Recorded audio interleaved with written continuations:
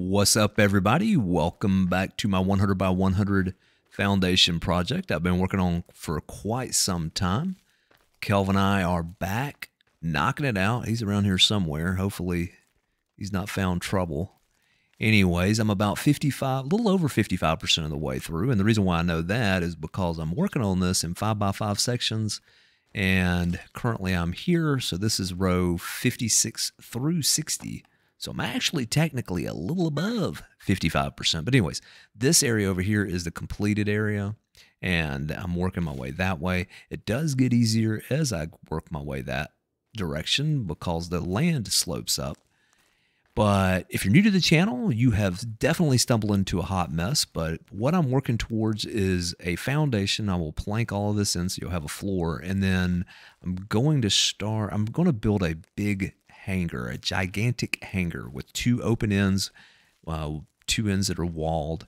And you'd have to look at I'm not going to do any hang gliding in this video, but past videos I've kind of flown around from above. But I want to do a huge hanger, not for storing planes, because planes don't exist. I'm not going to store hang gliders. I want to be able to fly around inside of it. So as I'm working through this project, and the reason why I haven't already started building up is originally the square looked like that. The 100 by 100 square had all those logs, and the server lagged bad. So I've strutted and removed a lot of excess logs, and it is getting better. And I do believe that my build, once I get it floored in, will work. So what I'm doing now, I was just going to I'm getting in a rhythm and a pattern. I kind of want to share it with you guys, and also just show you a little update on the build. So what I'm doing is how I'm removing all of this is with explosive arrows. So I have to prep each 5x5 section, and this is how I do it. So let me get rid of that. We're not quite at that stage.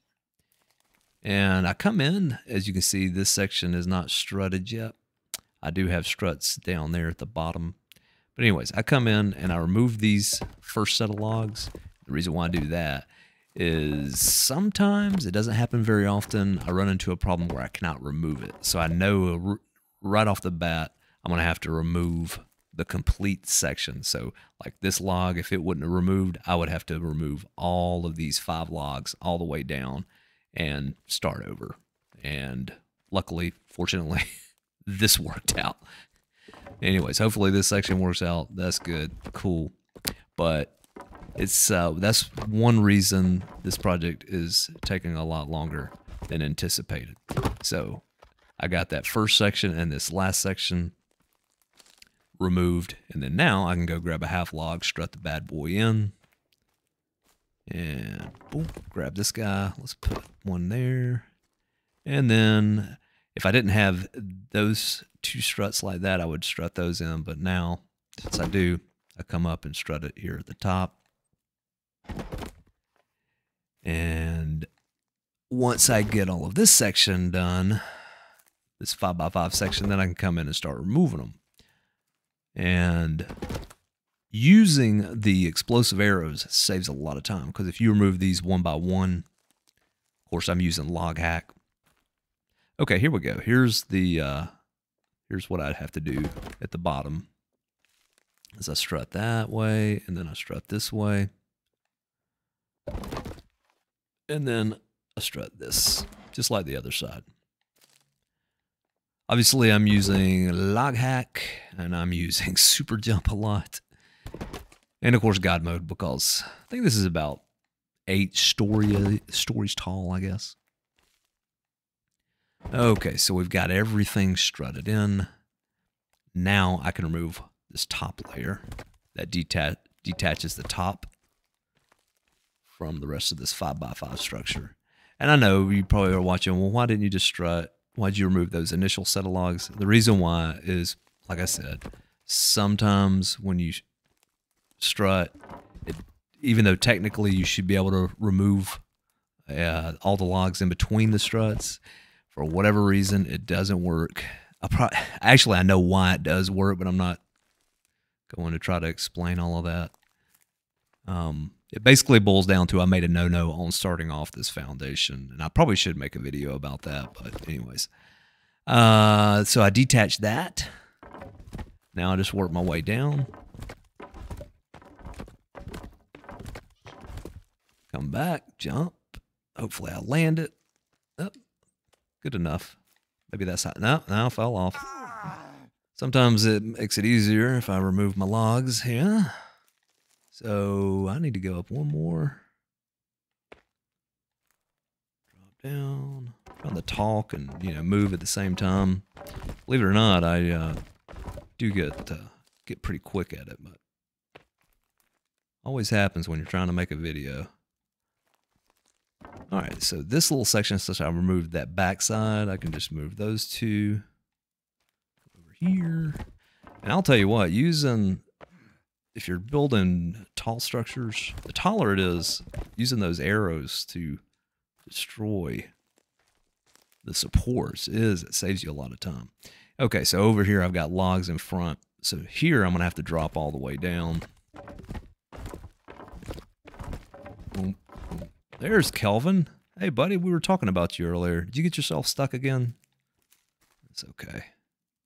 I thought you were getting attacked by the muddies. And in case you're wondering where I'm at, I'm on the golf course, which is, hey, there's a deer, which is northeastern side of the map, over near Cave G and the entrance and exit to F. Getting dark. I'd have to. Yeah, I like it to be a little bit lighter out. Let's do 9 o'clock in the morning is good enough. Getting there, almost ready to break out the old explosives. Ooh, shoot. Okay, so also to make this work, I need to put cross members in. I always recognize it by the struts. What section I'm working on. Let me use a pointer. So that, you know, when I get to this section here, these two supports, I got to brace it all the way down. I guess I should have used my laser pointer, but I don't know if I've got that in my hotkeys. In a hotkey. Watch out, Kelvin, coming down. Really need your hard hat on. Okay, remove that. And then, so I need to remove one up there. So basically, I need to remove, I can tell I got one to remove there. I already detached this one here. So hopefully I can get back up. Right there it is. Oh, and I need to remove, oh, yeah, I need to remove this side. This, if I would have left that, then it would have blown up the ceiling. Okay, so once I get that, do a quick run around, make sure everything is detached. Just don't want to forget any little thing. Got it all detached. And what I do is I come over here, grab a save just in case. You miss with an arrow, you never know what's going to happen. Sometimes there's a log attached and you just didn't know it. Go into my options. This is very important. Make sure you turn that structure damage on. I can't tell you how many times I've wasted a lot of explosive arrows. And just go to town. Usually do about 3 to start off with. Good, we got no ceiling coming down. And then come over here. You got to be careful not to get too close to the stuff you want to keep. So actually, I probably should come back here to the middle. This one's really wanting to hold on. That's a perfect removal right there. And again, the taller your supports are, the higher the object you're working on, the more this method helps you out. Kelvin, you see him over there? He is running. He is scared. And basically, that's all removed. I mean, I could keep shooting these. Got my support there, got my support there. I just come in and just remove them by hand at this point. You know, I guess I could throw up my frames.